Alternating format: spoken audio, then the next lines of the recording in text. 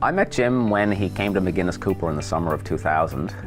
He was a new partner we had joined the firm, and everybody was pretty excited about him joining the firm because of his experience, particularly in the oil and gas industry. He was within our office, a strong personality. He was someone who everybody went to for advice before important decisions were made. I didn't make many decisions without checking with Jim on his views first. In McGuinness Cooper, as an Atlantic Canada firm, Jim was the leading expert on oil and gas in Atlantic Canada. He was one of the key architects behind the Atlantic Accord back in 1985, and Jim remained committed to the fundamental principles of that accord right through his entire law practice. And he was recognized within the industry as being a leading practitioner and expert in the Atlantic Accord, and he was consulted by every single oil and gas company that has worked in the offshore in Newfoundland and Labrador. If you look through his CV and you look at some of the things he's done, you'd almost have a hard time believing that one person did all of those things. For someone who had involvement in the architecture of the Atlantic Accord, he moved from involvement in that to General Counsel with Hibernia, the first offshore project here in Newfoundland and Labrador. I think that Jim's contribution to the Hibernia project was also very significant. At the time, Jim was quite proud of his role as General Counsel for Hibernia. He was in that role during the development and the production phase of the Hibernia project. He often spoke about that project with pride, and that was really the project in this province that was the benchmark oil and gas development for this province, and where we really got our feet. And we look back on that project for comparison purposes to know how to do things well and also how to improve on things. So I believe, in addition to the Atlantic Accord, Jim's role on the Hibernia project was one of the things that really made a significant contribution to establishing our success in this province with the oil and gas industry. Then for a short time at Newfoundland Hydro, and then back to private practice, where the mainstay of his file work was cases involving oil and gas.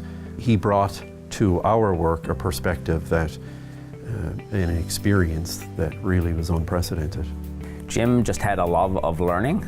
He was a person who had so many different dimensions in his life. He had a family, he had a very busy law practice. He was heavily involved in the community, and on top of all that, he still made time for learning. He did 2 master's programs. The most recent one that I remember was he did his Master's of Law, and you would come into the office late at night and you'd see Jim sitting at his desk with the light on in his office, and he was studying, and he never talked about it. Very few people knew about this, and Jim graduated with Masters of Law with distinction. I loved talking to Jim because I would always learn something from Jim every single time we talked. You didn't feel that Jim was a know-it-all. He just had a brilliant way about him. He knew so much about so many things, but in a very modest way.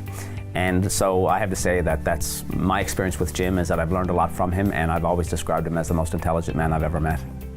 You never had a sense with Jim that it mattered whether you agreed with him or not. He never held it against you if you didn't agree with him. In fact, he enjoyed a good, healthy debate, even though he was kind of my senior and mentor in many respects. There was a freedom to voice your opinion, make an argument as you saw fit. You know, it was interesting, we worked on a lot of different files together, you might say a lot of high stakes matters, but Jim's family always came up. It was never far from whatever we were working on to talk about and to take a moment to remember that life's too short to take yourself too seriously sometimes, and Jim would remind us of that. Jim really left a mark on people. He was a very energetic, kind, caring human being. He had a fantastic sense of humor, and Jim was just a wonderful person to have the opportunity to work with for as long as we had the privilege of working with him. Well, I think Jim is definitely deserving of the Outstanding Contribution Award. While not always in the spotlight, was behind a lot of the foundation of our industry. And without that foundation being set the way it was, then, you know, who knows where we'd be. His legacy is in the framing up of the pillars of the industry and then implementing that in a way that has allowed it to be where it is today, to prosper for many years and hopefully many years to come. Barbara, Paul, Michael and Rachel, I'd offer my sincere congratulations on your husband and father receiving this award today, and I can't possibly think of anybody be more deserving. I know we're all very proud of him, and I know you are too. So congratulations. I want to say congratulations.